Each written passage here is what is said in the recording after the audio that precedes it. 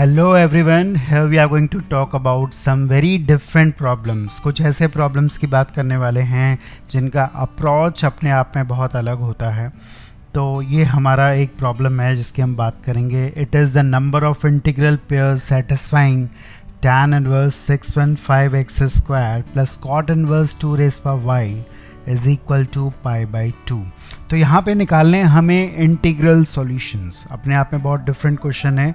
अगर आप इस प्रॉब्लम को अप्रोच करना चाहते हैं तो इस वीडियो को पॉज करके डेफिनेटली आप ट्राई कर सकते हैं. So let us go for this solution. और आपको मालूम है कि एक बहुत इंपॉर्टेंट आइडेंटिटी है इन्वर्स फंक्शन में, that is tan inverse x plus cot inverse x is equal to pi by 2. तो यहाँ पे उसी आइडेंटिटी का हम सबसे पहले यूज़ करेंगे. ये क्वेश्चन मिक्स है इन्वर्स प्लस इक्वेशन का.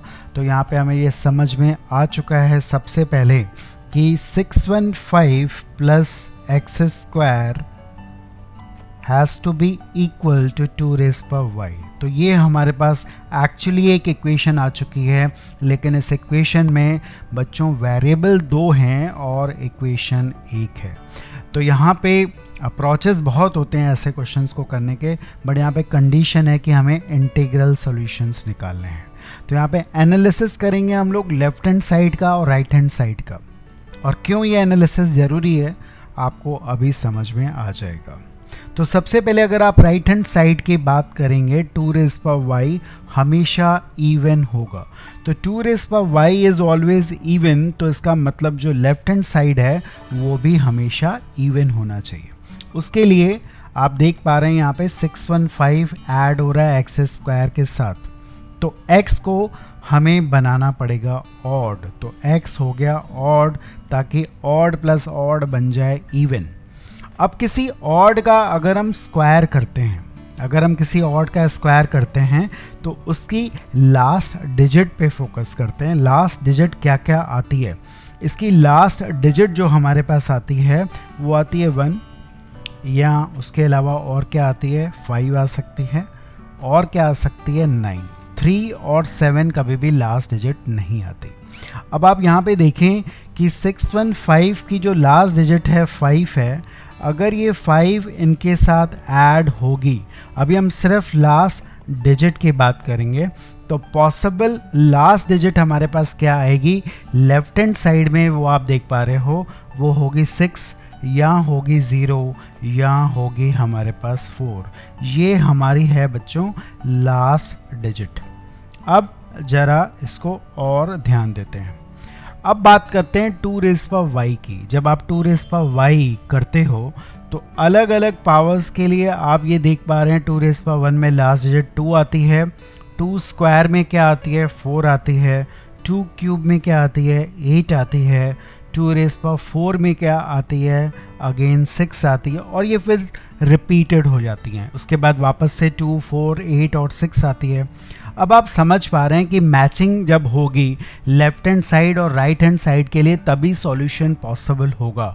और मैचिंग सिर्फ 2 केसेस में हो सकती है, जब लेफ्ट साइड के भी लास्ट डिजिट 6 हो और राइट के भी 6 हो, या 4 हो और राइट के भी 4 हो. अब राइट हैंड साइड की लास्ट डिजिट ये तय हो गया, ये पक्का हो चुका है कि या तो 4 होगी या तो 6 होगी, या तो 4 होगी या तो 6 होगी. डैट मीन्स ये हम मान चुके हैं ये 4 और 6 तभी आता है जब y जो है वो इवन है. आप देख पा रहे हैं कि y का स्क्वायर कर रहे हैं तब 4 आ रही है, y रेस पर y की वैल्यू 4 कर रहे हैं तब आ रहा है. ठीक है, तो इसका मतलब y एक इवन नंबर हो गया जिसको हम लोग प्लेस कर सकते हैं 2n. तो y को हमने सब्स्टिट्यूट कर दिया है 2n के बराबर.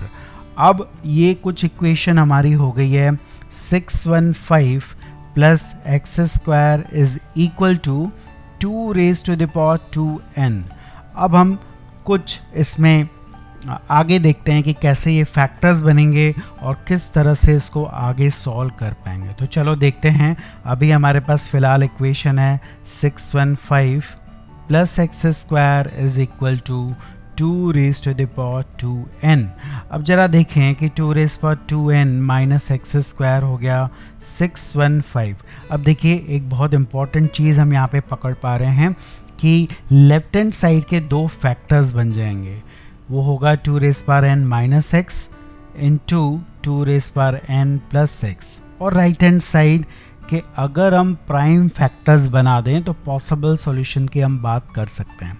अगर आप राइट हैंड साइड के प्राइम फैक्टर्स बनाएंगे तो वो हो जाएंगे 3 इंटू 5 इंटू 41। अब ज़रा पॉसिबिलिटीज़ को देख लें।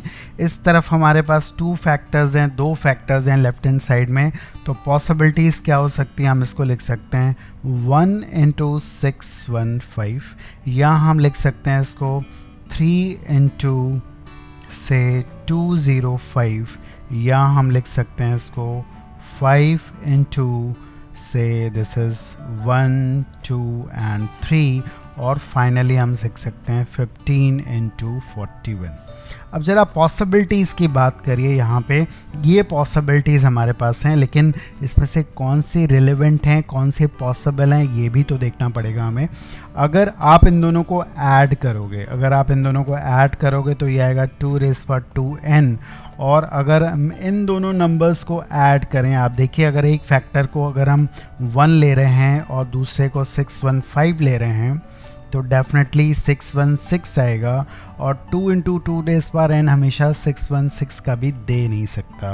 तो पॉसिबिलिटी सिर्फ एक आएगी आपकी कि 2 इंटू 2 रेज़ पावर n सिर्फ इस पॉसिबिलिटी को फेवर करता है। That means it can be only equal to 1 to 8, because 2 के पावर में 1 to 8 आता है।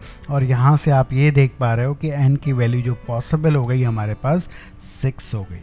तो definitely we have just crack this कि n की वैल्यू 6 हो गई, y था 2n के बराबर, तो y डेफिनेटली हमारा हो गया 12।